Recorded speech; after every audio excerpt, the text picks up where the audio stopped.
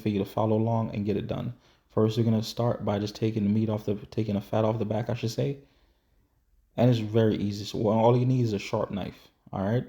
So once you get all the fat off the back, so after you're done cutting your steaks in country style, you won't need to trim them because you already did it already.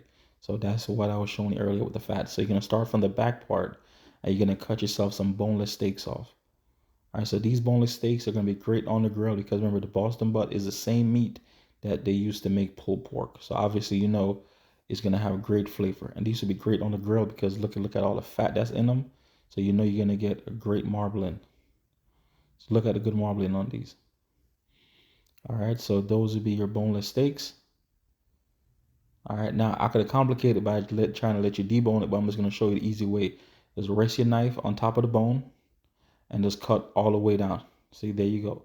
You separate the boneless part from the bone, and this way you could end up with some more boneless steaks. All right, so I'm just trying to show you how to get the most value out of breaking down the Boston butt roast. All right, so these could be some more boneless steaks. And remember, these steaks are going to be amazing. So a lot of times you go to the store, you could get, always try to buy your meat in bulk. You're going to get the best price and the best value on them.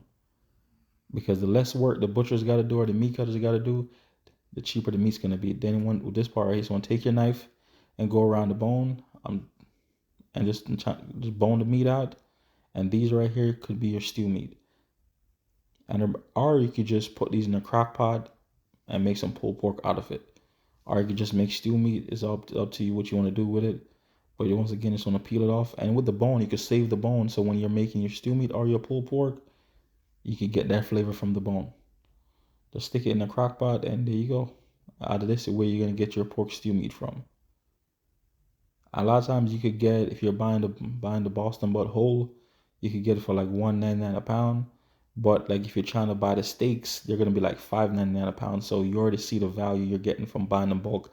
A lot of times you could come across these at like Costco or Sam's Club in the double cryovacs. If you ever see them, you will know you could just come back to this video as a reference of what to do. Now on this one, we're gonna start by cutting the meat off the back. And with this one, you're gonna get your boneless country style from. You're gonna get your boneless Boston butt country style. All right. You cut them in half. You cut them a long way. This way it's simpler. And there you go. These will be your boneless country style. These ribs are gonna be amazing on the grill.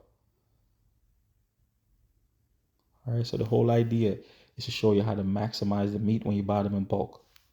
Like as if you come across these at your supermarket or your grocery store when they're on sale, don't be afraid to buy them because that's where you're gonna get the best value from for your money.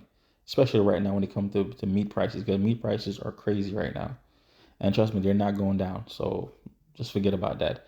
And once again, just take your knife and just rest your knife on top of the bone. Rest your knife on top of the bone and just slide the knife right down, right on top of the bone. And there you go. You're gonna separate the meat from the bone. Once again, we're gonna get ourselves some more country style.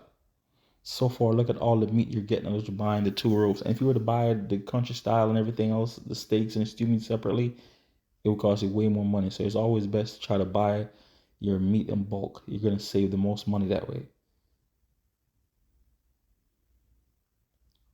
So pretty much like I said, anytime you're doing anything, you just need a sharp knife. Once again, we're gonna debone this one again. Just put your knife around the bone and just cut it out. Trying to keep it nice and simple, not trying to overcomplicate it by getting another knife and showing you how to debone it. That takes time. This way is a lot easier to put your knife on top of the bone and it's gonna come right off. And like I said, I always like to keep my content very simple and user friendly. That way I don't want to try to complicate it because I want you to watch it one time and catch it and go out there and have the confidence to know that, hey, I could do it because I saw the video that he did. All right. And if you like the video and it's very helpful, share it with your friends and family.